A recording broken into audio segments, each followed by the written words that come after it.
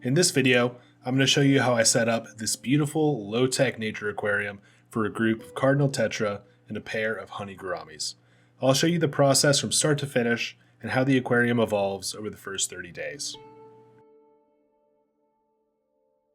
The tank I'm using is a 24-gallon or 90-liter tank from Waterbox Aquariums with an added frosted white background.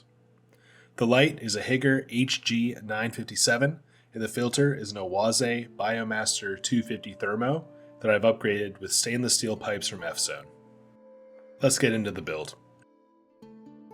I started with the substrate. I bulked up the back of the tank with substrate from past projects.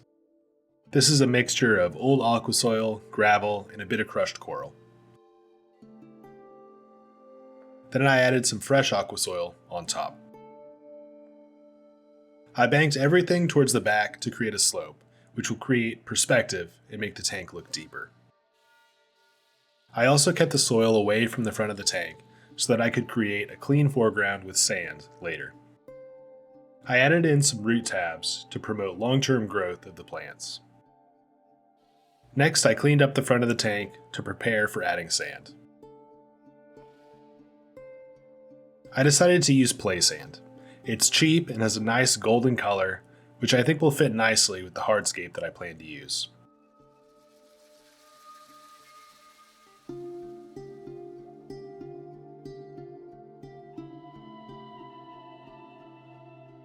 After evening out the sand, the substrate was complete, and I started experimenting with the hardscape. I intended to create an island-style aquascape. I had this really interesting piece of spiderwood that I wanted to use as a centerpiece.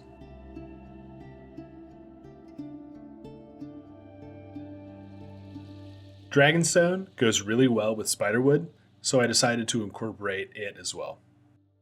I started by using a piece of the dragonstone to hold up the spiderwood. I added another piece of spiderwood to add to the branchy look of the first piece. This second piece is much darker as it's been previously submerged, but the color will look more cohesive as they soak together over time. This piece is also covered in Java moss, which isn't a problem as I plan to add much more to the rest of the scape. For now, I started adding more dragonstone.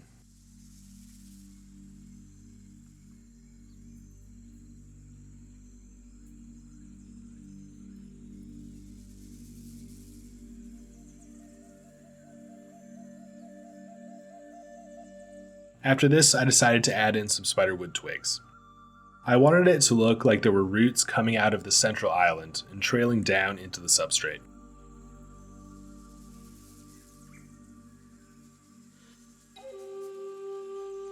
As I was working, I sprayed the moss to keep it wet and stop it from drying out.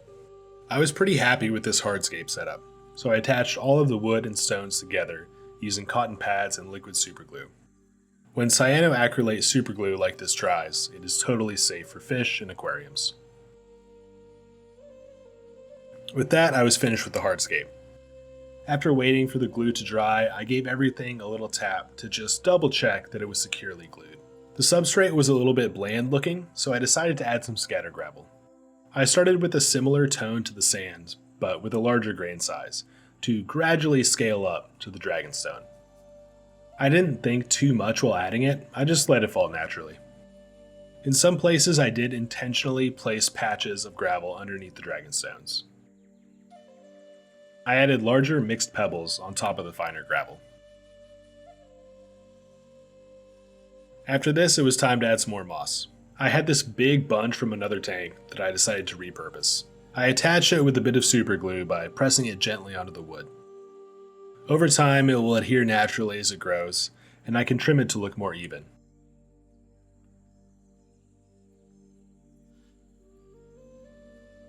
I also added some moss-covered rocks into the foreground.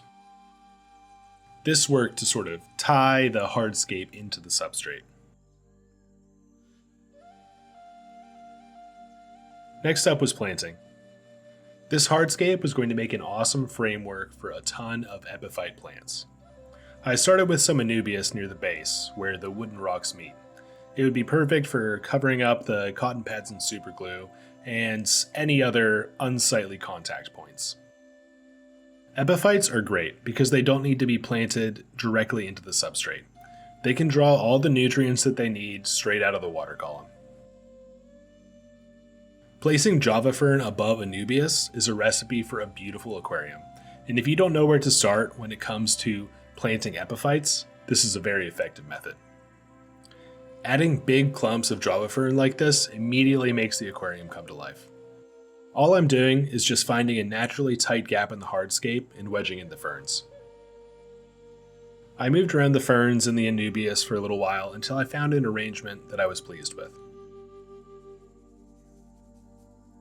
I left a good amount of space for stems in the background, and it was time to plant those next. I started with this tiger lotus. My hope is that it will grow up above the hardscape and add a nice vibrant pink to the top of the tank, and it will be just slightly off-centered to the background. For now, it's going to be hard to see, but I hope that it will be rewarding with time. Next, I placed some Juncus repens.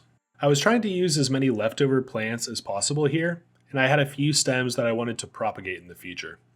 The same is true for this Bacopa and also this Ludwigia. I'm not sure if I'll keep these plants. They look a little bit sparse in the background, so I think I'll probably buy some more to fill things out. Despite the sparse background plants, I was really happy with how things were looking. But for now, I decided to fill up the tank and get the filter started. I figured I'd let the plants settle in for a couple days, and in the meantime, I could think about what I wanted to do to fill out the background.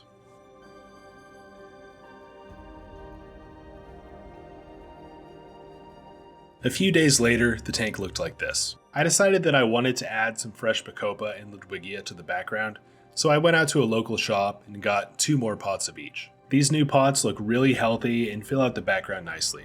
I also got a pot of Crypt Balansai to add a different texture into the background. You'll notice that I also moved the tiger lotus more to the midground.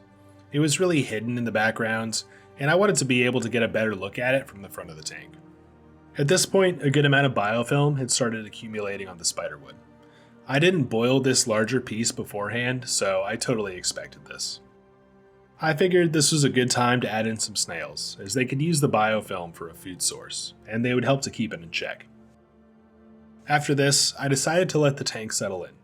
Let's check back in a month and see how the aquarium has developed.